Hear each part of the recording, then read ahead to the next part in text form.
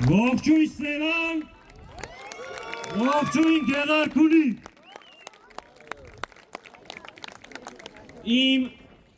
սիրելի սևանցիներ, Գեղարքունիքի հարգելի հարազատներ, ընկերներ, պարզապես շնորհակալ եմ ձեզանից, շնորհակալ եմ ձեզանից, ձեր տեսակի, ձեր պայքարի, ձեր արածի այս ողջ ընթացքում մեր կողքը անսասան և պինդ կանգնելու համար։ Մենք միասին դժվարին ճանապարհ ենք անցել, ձեզանից շատերը այս ժամանակահատվածում իրենց պահել են ամուր, պահել են թասիբով, պահել են տղավարի, նեղ պահին չեն լքել իր ընկերոջը,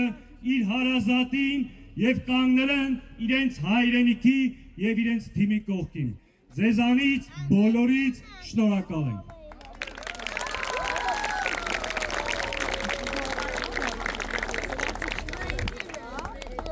Այս ջուրը վաղուց էի ուզում, չասեք հենց սկզբից ջուրախմում չէի ջարում։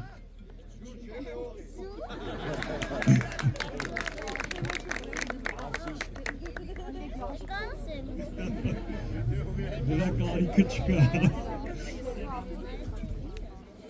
Սիրելի հայրենակիցներ, այս հրապարակում իմ համար ելույթ ունենալը կրկնակի պատասխանատվություն է։ Կրկնակի, որովհետև ստեղ են իմ ծնողները, ստեղ են իմ համագյուղացիները, ստեղ են դպրոցումից դասավանդած ուսուցիչները, դուք բոլորը, դրա համար ինչ եմ ընդամենը ձեզ ասում։ Այս ամբիոնից ինչ բառ որ կհնչեցնենք, ես իմ թիմակիցները, ցանկացած տարի, ցանկացած բառի,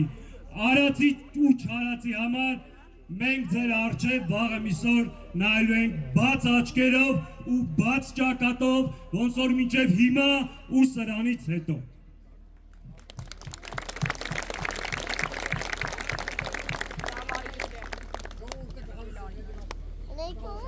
Ողջունենք մեզ միացող քաղաքացիներին։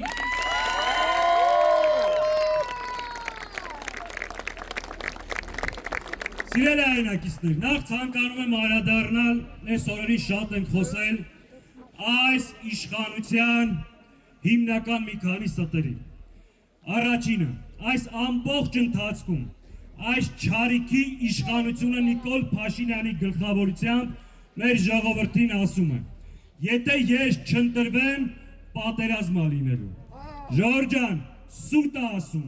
Եթե ինքը ընտրվի, այդ ժամանակ է պատերազմի հավանականությունը մեծ, իսկ իր գլխավորությամբ պատերազմի ելքը կանխորոշված է երաշխավորված պարտություն։ Այս ամբողջ ընթացքում ասում են,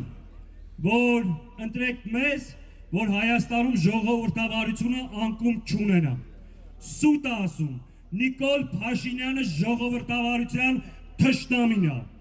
և ամեն ինչ անում է նաև հենց այս օրերին, որ երկրում ձևավորվի մեկ մարդու բռնապետություն։ Այս ընթացքում մեր ժողովրդին ասում է, որ ընտրեք ինձ, որպեսզի ձեզ տանի Եվրոպա։ Սուտ է ասում, ինքը ոչ միայն չի կարող Եվրոպա տանել, այլ Թուրքիային ու Ադրբեջանին հրավիրում է Հայաստան։ Այս օրերին ասում է, որ ընտրեք ինձ, կգնամ ԵԱՏՄ-ի հարցերը կլուծեմ և այն գյուղամբրակները, որ սահմանափակված են, այդ հարցերը կլուծեմ։ Սուտ է ասում, եթե ինքը մնաց իշխանության, այդ սանկցիաները ավելանալու են և երկիրը կանգնացնելու է նոր սոցիալ-տնտեսական աղետի առջև։ Հետևաբար, սիրելի ժողովուրդ, այն, որ անընդհատ ձեզ ասում է, ընտրեք ինձ, մեր երկրին տեր կանգնեմ, սուտ է ասում, ինքը այս երկրի քանդողն է, այս երկրի թշնամին, ու այդ սատանաների ոհմակին հունիսի 7-ին պետք է վրընդենք։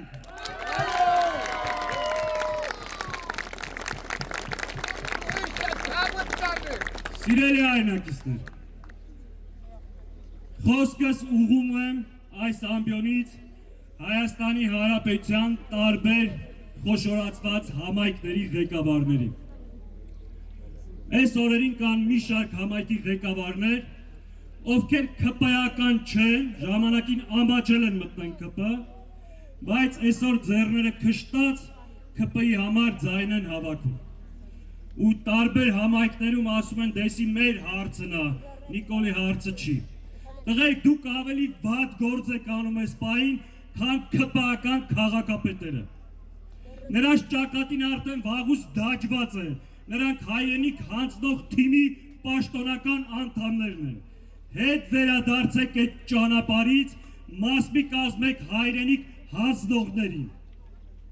Դրա համար վաղը միսօր ձեր երեխաների աչքերներին չեք կարող նայել։ Հետևաբար, մի ասեք, դա մեր հարցն է, դա ձեր հարցը չի, դուք ընդամենը գործիք եք Նիկոլ Փաշինյանի վերարտադրության համար եւ այդ քայլով նրանց մոտեցնում եք ձեր տներին։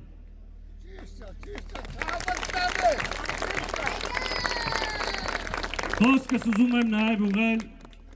գործարարների։ Հարգելի գործարարներ, դուք ստեղծող, արարող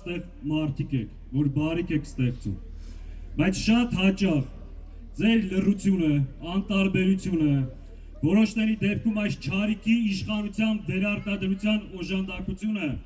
շատ թանկ է նստելու մեր պետության եւ տնտեսության համար։ Հիշեք միշտ, Արևմտյան Հայաստանում ունեինք խոշոր առևտրականներ, խոշոր գործարարներ, հայ մեծահարուստներ, նույնը ունեինք Արցախում, ուր են հիմա մեր ունեցվածքը, ուր են այդ մարդկանց ունեցվածքը։ Հետևաբար մի վախեցեք այս չարիքի իշխանությունից, մի ասեք կարծիք հայտնենք բիզնես կկործունենք, այդ բիզնեսը եթե այս չարիքին չեռացնենք մնալու է թուրքերին։ Անպայման ջերկա խավը տանեմ։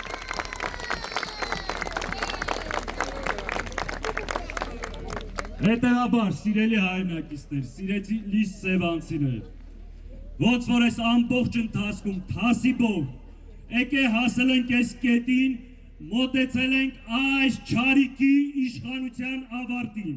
Հետևաբար հունիսի 7-ը պարզ հասարակ ընտրության օր չէ,